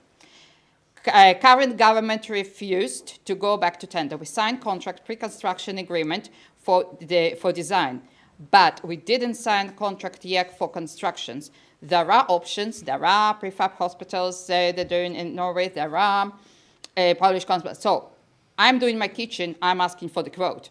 I think once we know what we want to build and which dimension we would like to build, let's have at least 2-3 quotes. We can still go for the tender, and it's still an option. We don't have to sign immediately contract. We didn't sign yet, and we don't have to. Thank you, Ella. Thank you. Thank you very much. Mary. Right. I, like Inna, was on that panel, and I voted against the destruction of Westmount Road, and I would still do the same today because I do not think it's necessary. I also voted to reduce the budget for the hospital because I genuinely believe, as we all did, that actually it could be built for the price that we suggested. We didn't bring an amendment to get it overturned, as the evidence provided by the people actually reviewing it, because we knew that we wouldn't win. So we actually brought in a proposition to reduce the budget. And we're convinced that there were people in the government who actually agreed with us that it was possible to do, yet they voted against us and with the plan. I don't think that we can actually do something constructively in relation to the hospital. However, I don't think that there's a need to knock down all of those buildings. I fully appreciate you need to knock all of the buildings, the ancillaries at the back and all of the old buildings, but I genuinely believe that there are parts of that are still usable. But also, I would significantly want to reduce the size of it. I think 10 floors is ridiculous. I think it's a blot on the landscape. And why we have an atrium, I mean, poor Senator Ferguson has been fighting about the atrium for the last 3 years. Thank you, Mary. Thank you. Phil, please. So I'm going to come at this from a healthcare point of view. So one of the reasons why I've decided to run, and I alluded to it in my initial address about big decisions and delays, is the frustration I felt in the design of a healthcare system for people on the island, which has basically been railroaded by the hospital debate for 10 years. Anytime you want to talk about healthcare and improving a system, the conversation always ends up back at the hospital. To me, healthcare is about the people who are receiving the care and the people who are delivering the care. The buildings are there to support that. I became very, very frustrated in working with the government through the various organisations I'm involved in trying to create a system that will be fit for us as our demographic changes and as we all get older and the needs change. I'm afraid I'm in the camp that the hospital decision has been made, and we need to just get on with it. Because if we revisit that, the hospital we've currently got is in poor state. It'll be 10 years further down a poor state by the time we open another one, and that is just basically dangerous for all of our health. And so we need to change it. We need to invest our time in the people who deliver the care, not the building. Okay. Thank you, Phil. Steve? Thank you. So the site selection process for the hospital was very extensive, and it went on for a great deal of time. It was aided by the citizens panel, which came up with the various criteria that had to be adhered to. And after about a year of decision making, they came up with 2 sites. One was People's Park and one was Overdale, as we know. Now, I campaigned for a great deal of time to prevent the hospital from being built on People's Park. And I've promised many people in the parish that I will do everything to ensure that it is not built on. So if there is any amendment brought that tries to stop the hospital being at Overdale, I will not support it, because there is only one alternative place for the hospital to go, and that is People's Park, and that I cannot abide. When it comes to the road, there are things that can be done to limit the size of the increase of the road. Certainly the cycle track is very large, and I'm not saying we shouldn't have a cycle track, but it should not be on the road. There are plenty of alternative routes up to the hospital, and that would lessen the impact on the whole area. But above all, of course, we must ensure that we stick to the budget. Thank you. Thank you, Steve. Right, let's move on. Another question, please. Roberts, and then I'll come to Eugene afterwards. Robert Weston. I'm concerned about Jersey's housing shortage. and it's the foremost issue, I think, amongst candidates. Under present planning law, the first stage is to lodge an application, a planning application, and pay a fee. In the case of housing applications, that fee is substantial and not refundable if the application is refused. So whilst paying a fee is appropriate in my view, building homes is a very costly job, and so there's a cash flow question here which presently acts as a serious disincentive for many prospective applicants. To generate more housing, it seems that a fresh incentive is needed to be considered. Would the candidates support a proposition to defer payment of the planning fee until consent has been granted and the sale of each home has been completed? In other words, moving that element of the cost to after the development, not before. Thank you, Robert. Ted? Yes, I think that's an interesting proposition, but there's one thing I've learnt in my life is I don't make quick decisions. And you're asking me to approve something, I would need to know what the unforeseen consequences might be from that. In truth, the real problem in Jersey's housing situation is a shortage of sites. And we had a meeting yesterday with Andium, and Andium revealed that because of the hospital and the delay on the hospital, where they've been holding land back in case they needed things for the hospital, they haven't been able to go forward to do something and build some houses. And there are 20 sites available to build homes on.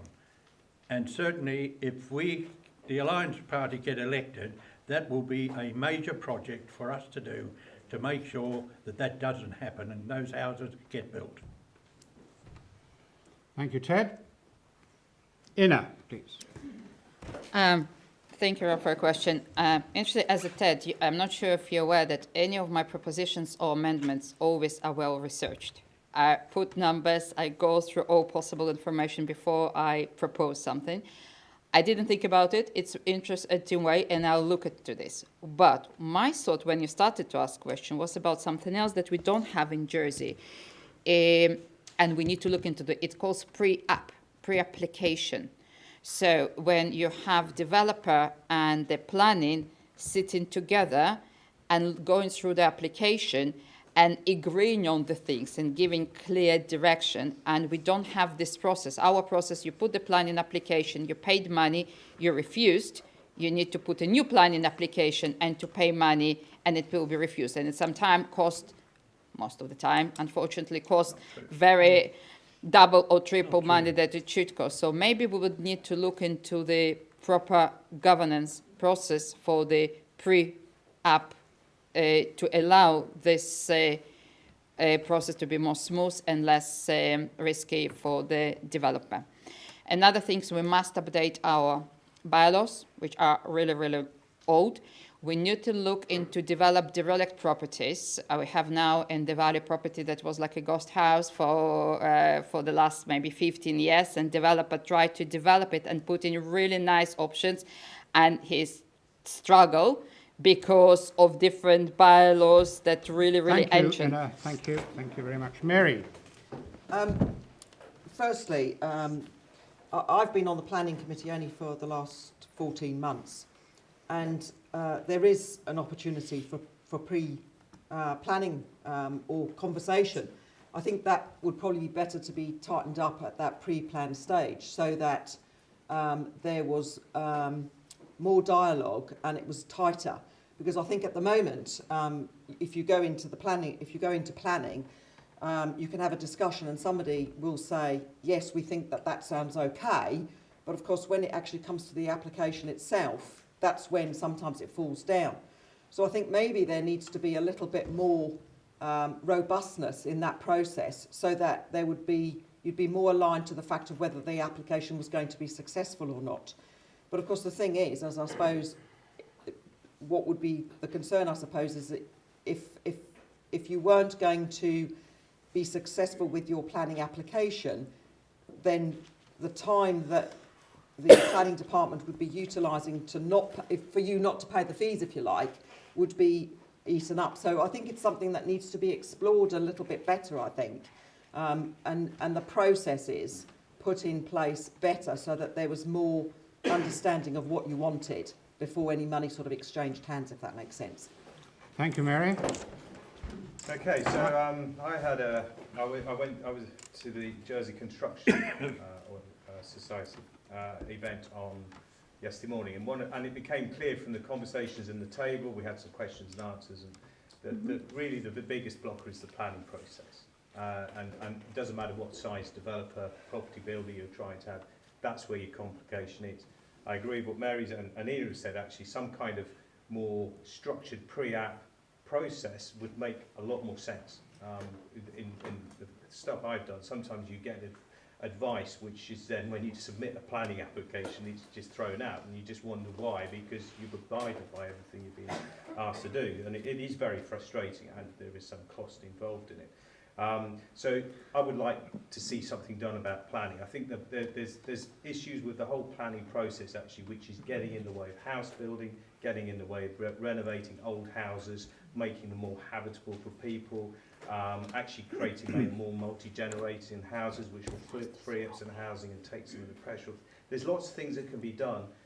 It was quite clear from that conversation though that the planning process is the biggest blocker, and it can take on a development 5 to 10 years to get to, I think they use shovels in the ground, because of the planning and the toing and throwing that goes on with that. So that's where I would go with that. Thank you, Phil. Steve. Thank you, Robert, for the question.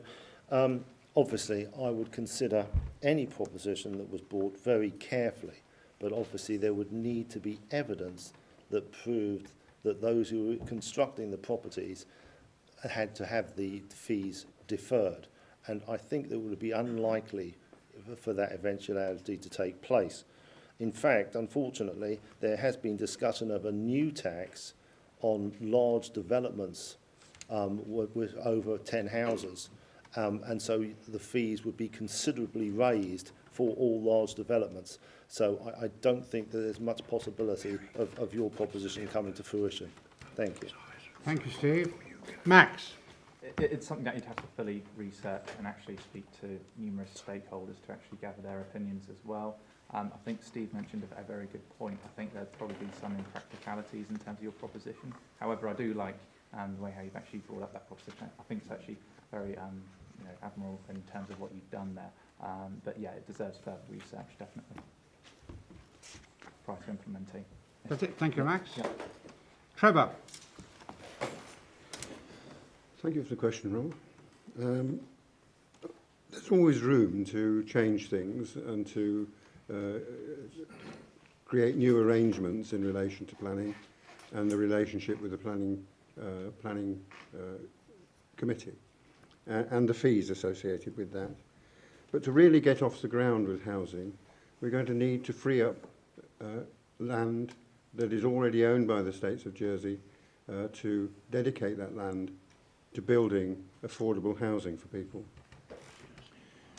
We've also got to look at the private developer situation and increase the number of properties or homes that they are obliged to build within their developments and to increase the affordable element of those developments.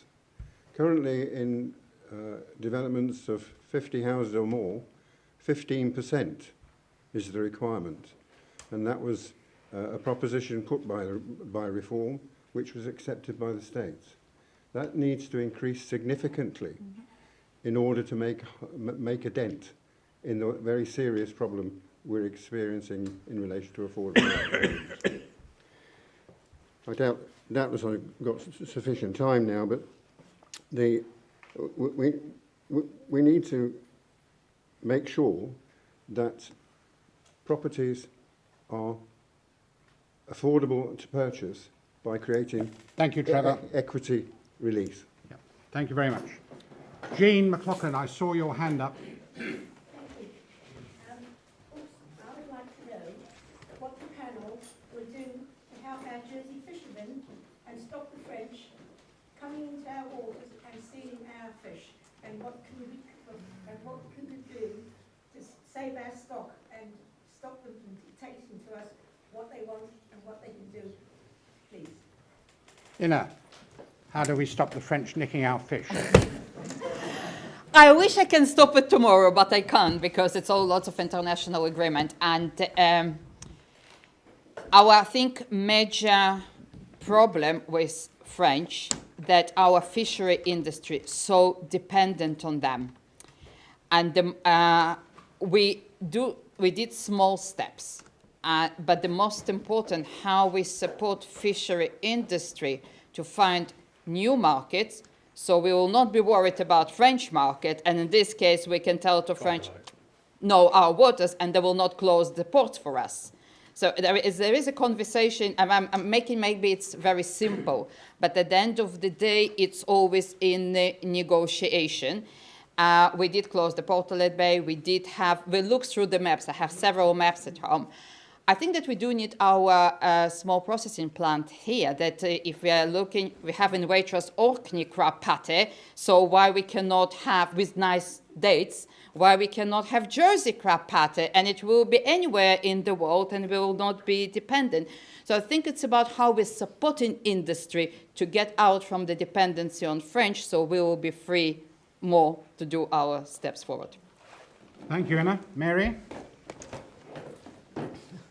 My heritage is actually French, going back far enough, but we won't go there. It is interesting because, unfortunately, the relationship with the French over the fishing waters in Jersey has probably been an issue from time immemorial. It's not just today. Unfortunately, Brexit just brought it all back to the surface. And, of course, they wanted to go back to what they had before because, of course, they ruled us pretty much and got what they wanted, whereas now they're not in that place. I agree with Inna in that what we need to do is we need to look at how we can help the industry by finding alternative markets. Because let's be fair, they're going to continue. They strike regularly in France, the trains, the planes, everything. So I think we do actually need to look at alternatives, and if we need to actually, you know, have a system where they can diversify and have some sort of packing facility or something on island, then that would be a benefit. I mean, there is already, of course, fish in our shops that is actually caught locally and processed or packaged locally. I'm not going to name the places, but there is obviously already some. So I just think that we actually need to sit down and work out how we can help the fishermen and just exclude the fact that we need to go to France so that we can actually look at things in a better way. Thank you, Mary. Phil?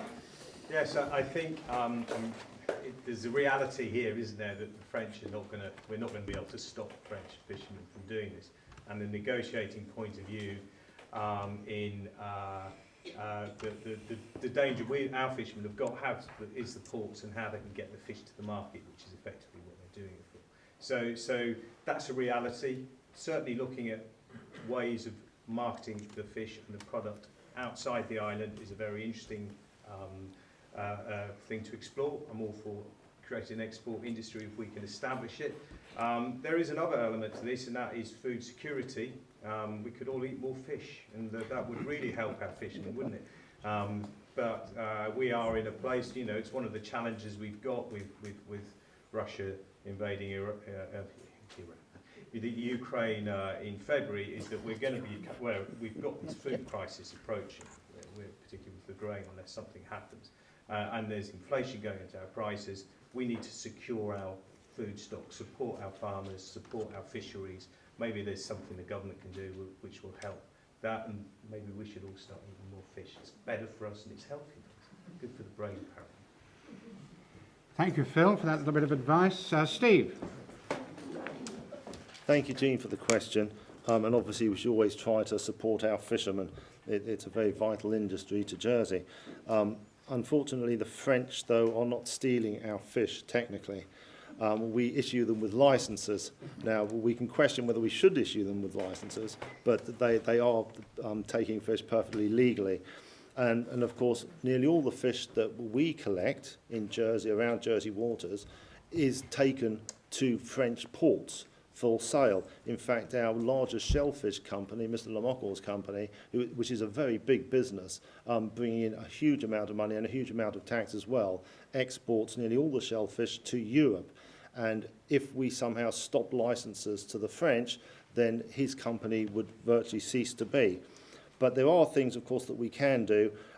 We can certainly try to stop dredging with these really large trawlers that are destroying the seabed. That's something that we need to work on, and I think that's possibly something that we can achieve.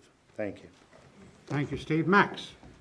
Well, we have internal sovereignty, okay, so we are in a very good position with our government, and actually we can control who comes into our waters. So actually it's just about having a permit system with licences and just making sure that we monitor it. In terms of our fish, we've got to be very careful in terms of the type of fish as well that we're speaking about. So obviously, bass in the past, obviously there was restrictions in terms of them being fished, and that's something again that we have to be very careful in terms of this renegotiation as well that we've obviously seen post-Brexit. So I think we are in a very good position. It's not too much to be concerned about. I think we are actually in a very good position with our government. Okay. Thank you, Max. Trevor? Thank you for the question. As you well know, there's been a lot of debate in the States during this last term about fishing, and the Environment Minister has put in place considerable safeguards to ensure that licences are issued to French fishermen only if they have a history of fishing in Jersey waters beforehand. The main problem we have is, I think, Brexit. In that the whole relationship with France changed, and the French fishermen were suddenly obliged to be licensed by us. We had no part in the Brexit arrangements, and the UK are solely responsible for negotiating on our behalf. That presents us with a difficulty, because the French, when they invaded us last time, the French feel entitled because of the prior arrangements in the Romeril Bay. We do now have a settled period, and hopefully the relationship will settle down on a permanent basis and licences will be accepted. Thank you, Trevor. And Ted? Yes, the difficulty that we face on this is we don't have a negotiating arm to deal with the French because we are selling all of our product, or most of our product, to France. So we could say you're not going to fish here, and they'll say, well, we're not going to take your stuff, which is basically what they've done. So and Mary are quite right, and Phil, that the answer is marketing elsewhere. And if I can give you a quick summary of something that we did when I was handling the agricultural marketing back in the days when we were promoting the Jersey new potato. We did an experiment where they used to go in barrels. I don't know if you remember this. They used to have these barrels that we used to send to the market, and they really looked quite messy. And then we did a series of putting them in things like you put your 10 eggs in an egg thing with a nice picture of Jersey on the front, and we got twice the price of those than we got for the same potatoes in the barrel. We could do the same with fish, but it needs money to do it, and that's what the states have got to do. They have to back it with finance. Otherwise, all the talk we give is just hot air. We must do these things. Thank you, Ted. Right, another question, please. Yours was the first hand I saw. I've heard a few of you mention that it is really difficult for one person in the States to bring through a proposition. I've also seen, obviously, a few people being associated with parties. Now, there is obviously two ways how you can run a government. There can be competitive democracies, where you've got your parties and coalitions and oppositions, and they fight one another like anything. There are also cooperative democracies, where all the people and all the parties in the House are actually working together. Now, we are just in a phase of electoral reform already. I would like to ask you whether you might be considering moving into a more cooperative democracy for the way that the States Chamber operates. Thank you very much. Mary, would you like to see? Right. Obviously, the way the number of candidates is actually at the moment, there wouldn't be any party that would have an overall majority. So however you look at it, it's going to have to be a collaboration between different groups of individuals. I think the changings that we made in relation to this particular time was the right changes, because obviously that meant that St Helier have now got equality of voting. Jersey's very different to what the UK and other places is, as in, you know, there's been political parties in a lot of places across the world for a very long time. And of course, Jersey is very different. The Reform Party's obviously been going for a number of years, and in the last assembly had 5 members. But we all actually worked very well together. So I think even though some will stand for parties and others will be independent, regardless of how or who gets elected, it's got to be about collaboration. And I think it's about, at the end of it, is selecting the right people that can work together. And I hope the person in the room doesn't mind me saying, but Deputy Ward and I are very different on the political spectrum, as is Deputy Pointen. But we worked very closely together. So I think it's about individuals. It's not always about political parties. Thank you, Mary. Thank you. Phil. Thank you. So thank you for your question. Yes, well, this is key to everything in with this election. We are apparently establishing a party system. Reform have been operating as a party for a number of years and have proven to be quite successful in getting their message across. That's the reason why I ran in the party. To me, though, this is all about outcomes. We're here to do the best we can for you, and we should always be measuring things on how well we do for you. So it is important that we will work with everyone and anyone, regardless of political creed, to achieve the goals that make the island life better. And that's what we're committed to at Jersey Alliance. That's where we want to go to, and it is essential, actually, that some of the personality politics, which has riddled our politics over the last 10 years or so, is removed and got rid of. And until we get, because that's how we'll make a much better government, and a much more decisive and much better decision making. Thank you, Phil. Steve. Thank you for the question. You mentioned competitive parliament. Well, there certainly was a very adversarial approach between the government and scrutiny during the last 4 years, and that is not something that we wish to see repeated. I'm sure if there's a change at the top, we can avoid that.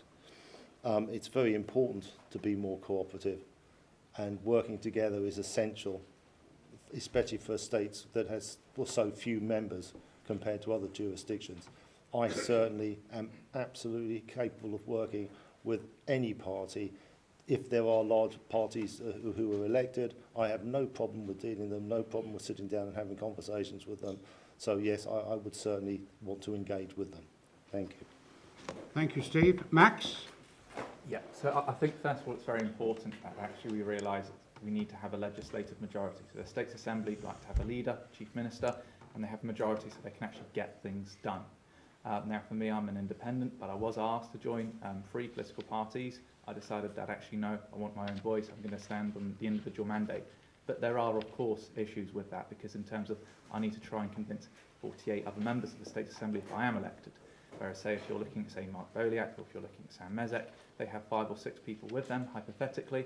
You already go into a debate and you've already got that support with you. So then you just need to win over the rest of the Assembly. I do think last term, unfortunately, there was a clear split in the State Assembly between scrutiny and the ministerial government. And really, we do need to be looking towards working together cooperatively as well. And I think that's a really good point that you mentioned that question. So thank you. Thank you, Max. Trevor. Thank you for the question. It's a very interesting question, having just moved into a party.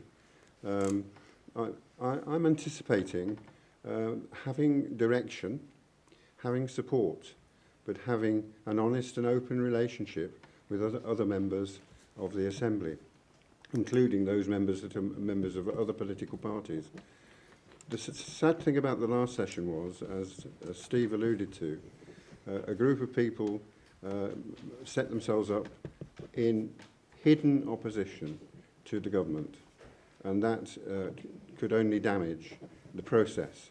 We need to avoid that, and we need to be mindful of our roles. And our roles are to work together for the betterment of this island. And that's how I see the process progressing. Thank you, Trevor. And Ted, please. Yeah, the advantages of a political party is that you've got a filter system of ideas and progress on developing various things you want to put to the states. For instance, as the Alliance Party has, we have 14 members. We can meet regularly and decide on a policy. We debate the policy, we argue the policy, we come out with a concept that says that is what we're going to support. We can then take that to the states and we can then develop that in the states, where you then know you're going to have the support of 14 people. Because you have to understand, we must understand, that there has been a party in the States for 50 years, and they're called the Constables. There are 12 of them. That's more than any group of politicians. Now, I'm not suggesting that that's a bad thing, but they are a very conservative group of people. They do a good job in many ways. I'm not criticising them at all. But you have to recognise the fact that you have to overcome that if you're putting your ideas forward. And 12 votes in the House when you're trying to battle with a proposition, say we want to stop the hospital, and the 12 constables say no, we want it. That's a big hurdle to overcome just to get when you start. So what we really need, if you have strong parties, is those who don't wish to be in parties. We now have to talk to them to see whether they're prepared to accept our ideas. Thank and you, if they Ted. don't accept it, if they don't accept it, it's over. Ina. What's clear for everyone that we don't have majority to any party. It's important to also put right that during the last term we had constables voting 6 one side and 6 other sides. So it is really important that they didn't, at least the last term, behave as one party. For me, it's about respect, transparency, listening to each other, and to find collaborative solutions, because none of the parties can do the things by the majority, because let's be frank, there is no majority. You've seen my way of working. I support the deputy ward, not once, and for example, school meals, I support from the beginning, we got it. At the same time, introducing speed cameras, I worked with one of the most conservative members of the parliament at that time, and if you look, our votes on other issues really far apart, but we managed to convince the assembly together to bring the proposition together for the speed cameras. So as an independent, you have my policies, and I have succeeded to move things forward. About collaborative approach, for me as a chair of PC, it was really important to invite people from, I have constables too, I have senator, I have lay members, and all of them with different political views. But we worked as the Public Accounts Committee very effectively because we could bring different views, different opinions, and to find a way forward to publish our reports. Thank you, Anna. Yeah, thank you very much. Right, and the next question, please. I took one from this side, so can I take yourself, madam? Yeah. Yes, I'm interested to know what you all think of the revisions in the election process and whether removing island-wide voting you see as something taking a step forward or a step backwards in terms of democracy. Phil, removing island-wide voting, step forward or backwards? For me, there's two sides to this. So what we have now is a system that is evaluating everyone's vote as the same. So there is value in it, and I can recognise that. What we do have, though, is whereas someone in St Helier North would have had a vote, or whatever it was, 3 or 4, would have had a vote for their deputies and 8 senators and their constable, they've actually lost their voting right effectively within the assembly. So there's 2 different arguments here. I personally would have run as a senator if that option was available to me, because that's the way I look at the island with 100,000 people. But that's not there now. We have a new electoral system. The party's position and my position is that we need to see how it works, because a year in, we might be looking at this thing, this has really worked very well. Now, from the Alliance point of view, we've tried to retain the island-wide voice rather than mandate, because it's not really ever a mandate. So it's an island-wide voice by having a person standing in every district. And there is the potential that if we did get elected in every district, we have that island-wide input into any decisions we're making and anything we're bringing into the Assembly. So that's how we've dealt with that. But that's where we are. I think give it a year and let's see where we are, and then we decide whether it needs to be reviewed or not. Thank you, Phil. Steve? Thank you. Yeah, unfortunately, the island-wide voting system for senators was a broken system. We ended up at the last election having 8 candidates who had absolutely no chance of being elected, but wanted to grandstand their opinions, which is absolutely fine. But it was not a very successful campaign. And anyone who attended any of the hustings will realise how poor it was. Also, we have to move forward from this idea that we can have 3 different types of member in the Assembly. Well, not now, but before, with the senators, the constables and the deputies, and yet all of them only have 1 vote. What we need to be doing is moving to a system where there is only 1 type of member. This is essential for democracy, it is essential for equality, it is essential for fairness, and that is something that we need to do. I am not against the constables themselves standing in their parish and looking after their parishes. That is absolutely right, that's what they should do. But perhaps they should not be pay members of the Assembly. Then we could have only deputies throughout the whole lot, or you could call them senators as you wish, but 1 type of vote, whatever that 1 type of elected representative, that's what we need. Thank you. Thank you, Steve. Max? Yes, absolutely. I'd like to see the island-wide mandate be back. I mean, I've been on the door, I've canvassed many homes, and many people have been telling me, you know, we've only got 4 deputies and also the constable election as well. I'd be very interested to actually hear the views in terms of more widely. Would it be, say, an island-wide election with, say, 37 deputies, or would it maybe just be the reintroduction of senators? And I think this is probably where the Privileges and Procedures Committee will have to bring forward proposals and maybe have 3 or 4 options and actually allow the public to maybe have referendum and they can decide for themselves. Thank you, Max. Trevor? Thank you for the question. A bit of a minefield, really, isn't it? Privileges and procedures were put into the position of having to respond to the Commonwealth inspectors who monitored the election last time. And their report was very highly critical of our system.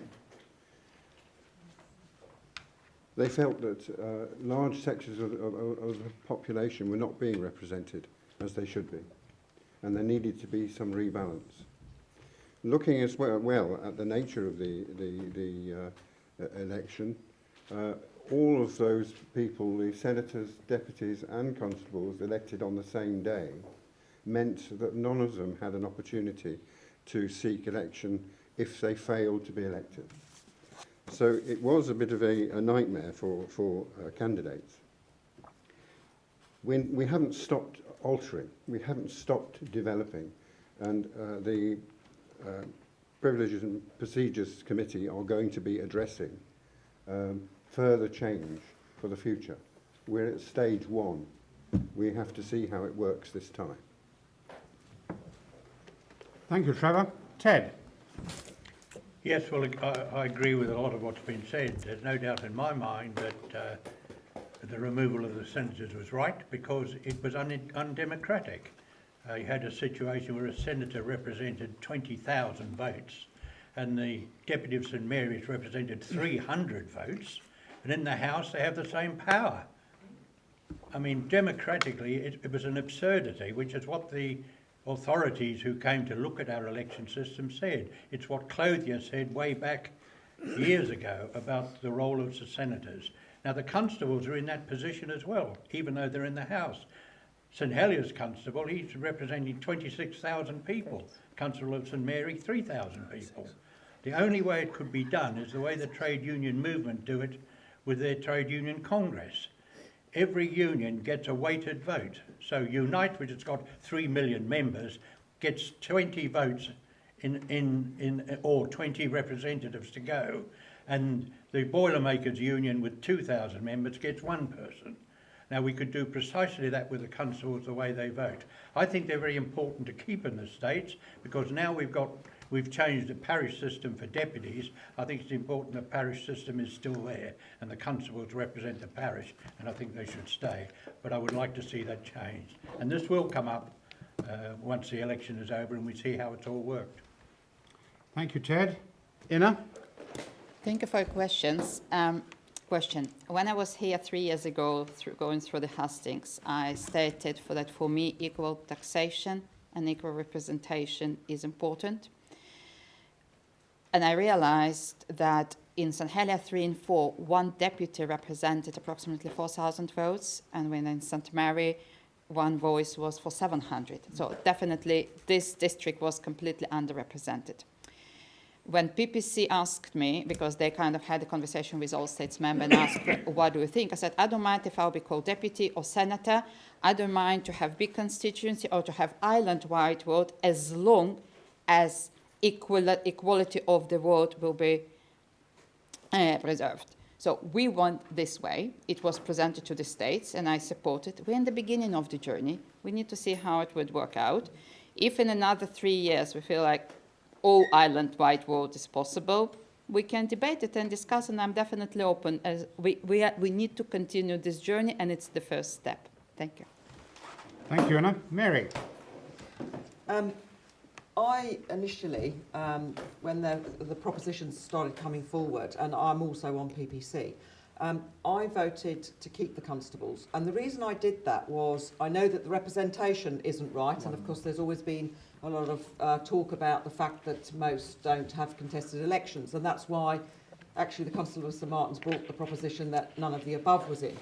Now, the thing is that my concern about losing the constables was that you might lose the whole sort of parish identity and things would fall apart. And I was worried about losing the honorary police, you know, the procureurs, the roads committee, and all of those elements of voluntary things that, quite frankly, the island probably couldn't do without, because we'd have to look at all of the other things. So when it came to removal of the senators, I had to look at the fact that I represent the voters of St Helier 3 and 4 at that time. And so for me, I had to vote out the senators in order to get this district sufficient representation within the assembly, because it was disparate. Yeah.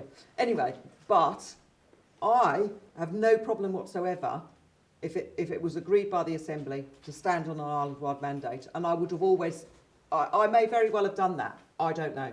But the thing is I think it's something that needs to move forward. The journey starts now.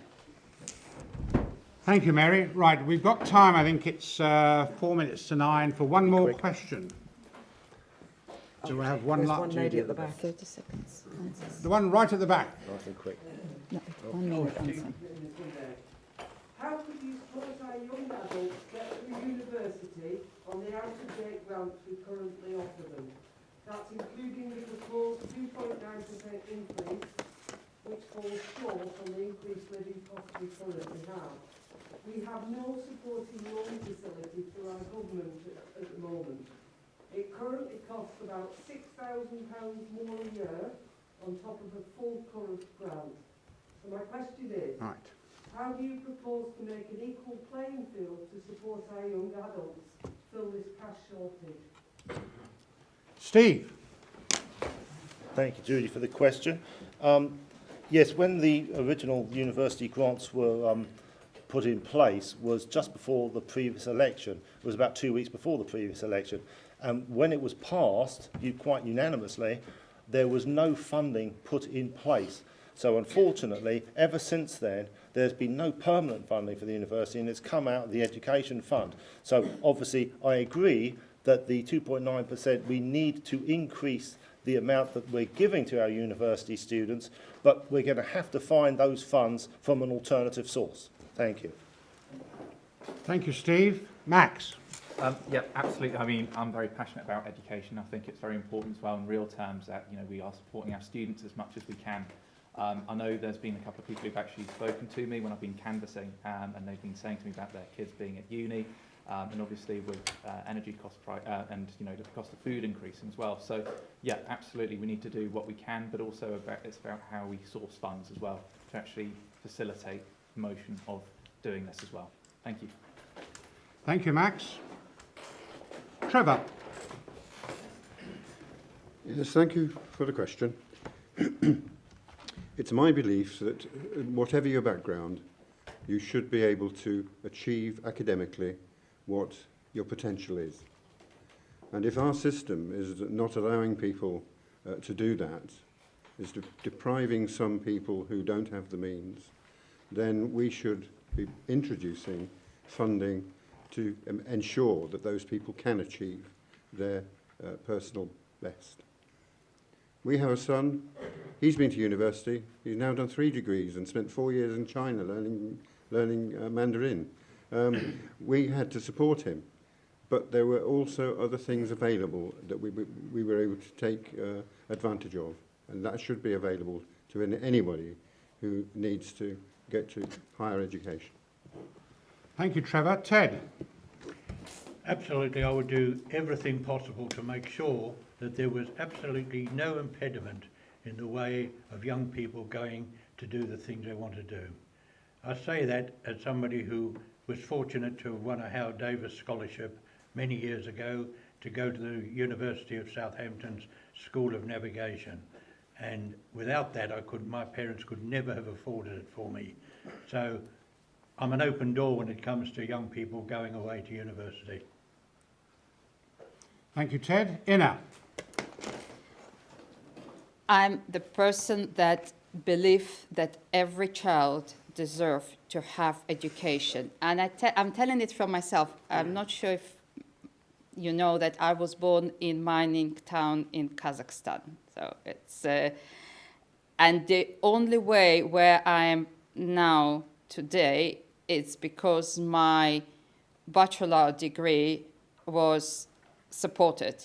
And I continued to the master, and I spent 10 years in the universities before I went to my professional career. And to get from the mining town that built around the camps in Kazakhstan through all the things, it's only education that really obviously helped me, obviously my impact. Now, we need to increase, but I think it's much more complicated. I had a meeting. We have maintenance grant, but the maintenance grant is identical for people who study in Jersey, for people who study in London, and for students who study in Scotland or North England.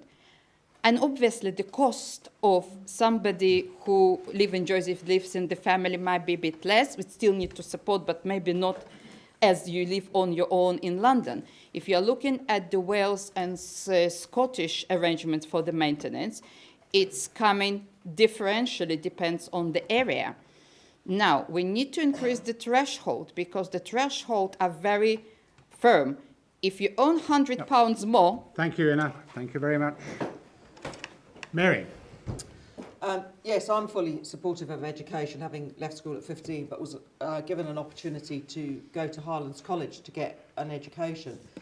But what I would like to do is, yes, support those going to universities, but also what I'd like to do is actually have Highlands College have far more variety, far more availability of different things than they do already, because not all young people want to go to university. So I think the thing is that if we had a better cross-section of opportunities and maybe accept that you're not going to have 25 students on every course but may only have 10, then those maybe would actually then mean that your costs would be less and you could provide more for those whose opportunities needed to be somewhere else.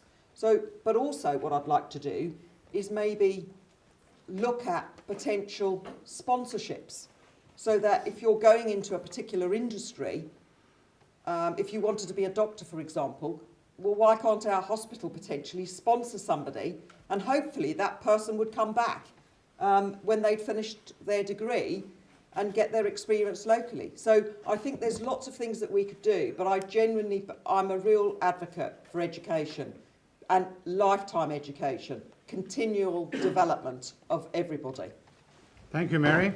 Phil? So I'm going to concur with that. Actually, I'm a big fan of education for all people. I alluded to it earlier in trying to create interesting and exciting career paths for people who want to stay on Jersey, and we would do Highlands would be the ideal venue for that. But to actually speak to your question about funding, I think it needs to be reviewed full stop. And actually, the Alliance Party has got it as one of our manifesto points, because there's a real inequity in the funding of a student.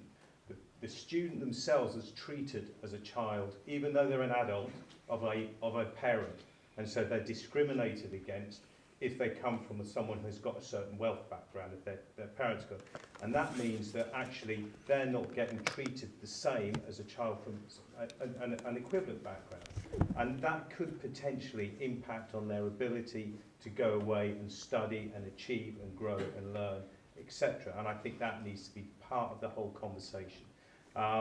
As far as the levels, we should be making sure that if we're going to grant money, we're giving enough money to make sure that it works. We may have to look at a system that's akin to what happens in England with I'm not going to call it a loan, because it's not a loan, and it's a real wrong word. It's a student finance provision, which could be paid back if the person is successful enough to earn enough money to pay it back, but the government would underwrite it if in 30, 40 years they have not earned the kind of salaries that allow them to Thank pay you, it Phil. back. Thank you. Well, ladies and gentlemen, on behalf of you all, I'd like to thank the candidates for responding to you and wish them all well in the forthcoming election. On their behalf, I'd like to thank you all for attending, and in fact a very wide range of interesting questions. Thank you all very much. There is